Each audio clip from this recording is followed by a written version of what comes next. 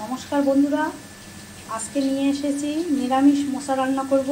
বাদাম দিয়ে মোচাটা কেটে এভাবে সেদ্ধ করে রেখেছি, জলে ভালো করে ধুয়ে নিয়েছি, কষটা বেরিয়ে গেছে। যখনই করবো চটকে নেব, তাইলেই একদম মিহি মিহি হয়ে যাবে।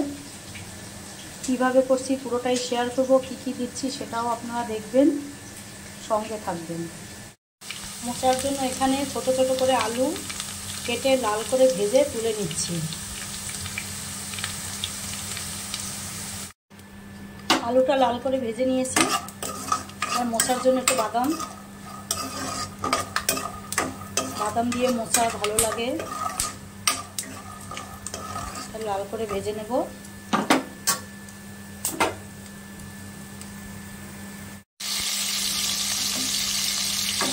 দিয়েছি তেজপাতা আর জিরা ফোড়ন তেলে, তারপরে একটা টমেটো দিয়ে দিয়েছি কুচানো, আর 3টে কাঁচা লঙ্কা চিড়ে।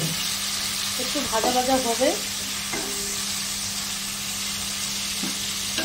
মশলা দেব, এখানে আছে আদা বাটা, হলুদ পরিমাণ মতন, লঙ্কার গুঁড়ো, জিরার গুঁড়ো, নুন আর চিনি। এই মশলাটা এটার ভিতরে দিয়ে দেব।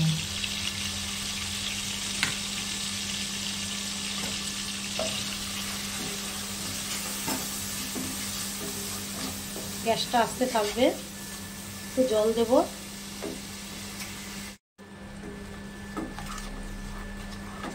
এবারে মশলাটা ভালো করে কষিয়ে নেব মোচা রান্নার।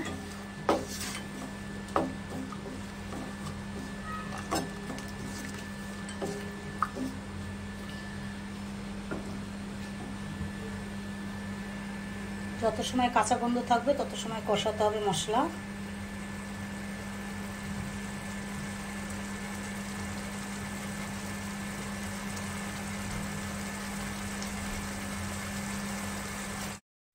মশলার ভিতরে মোচা দিয়েছি, সেদ্ধ করা নুন দিয়ে সেদ্ধ করা ছিল।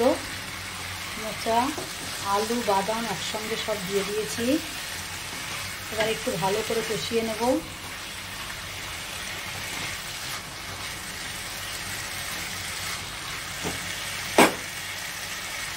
মোচাটা অবশ্যই কেটে নুন হলুদ দিয়ে সেদ্ধ করে নেবেন, তাহলে ভালো হয়, কালো হয় না।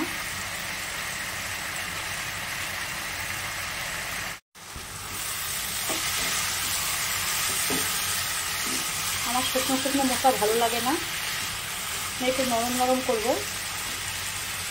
আমি একটু জল দিয়ে দিচ্ছি অল্প করে, আলুটাও সেদ্ধ হবে আর মশলার গন্ধটাও চলে যাবে। যখন জলটা একদম শুকিয়ে যাবে তখন ঘি গরম মশলা দিয়ে মোচাটা নামিয়ে দেব। অবশ্যই ঘি দেবেন মোচাতে, নিরামিষ মোচায় ঘি দিলে ভালো লাগে।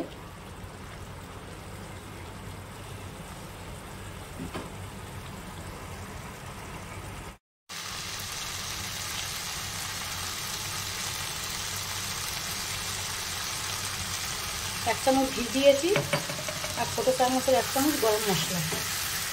আমার মোচা রান্না রেডি। বাদাম দিয়ে আলু দিয়ে মোচা ঘন্ট রেডি। যদি ভালো লাগে অবশ্যই আমার শান্তার এসে সাবস্ক্রাইব করবেন।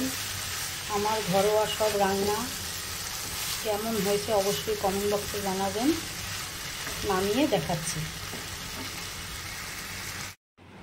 আমার বাদাম দিয়ে মোচা ঘন্ট রেডি। যদি আমার এই মোচা ঘন্টের রেসিপিটা ভালো লাগে লাইক শেয়ার কমেন্ট অবশ্যই করবেন। আর কেমন হয়েছে শান্তার হেসেলে অবশ্যই জানাবেন কমেন্ট বক্সে। আবার একটা রান্নার ভিডিও নিয়ে আসবো। আজকে এই পর্যন্ত। ভালো থাকবেন, সুস্থ থাকবেন। সব আমার ঘরোয়া রান্না। চ্যানেলটা অবশ্যই সাবস্ক্রাইব করবেন আপনারা।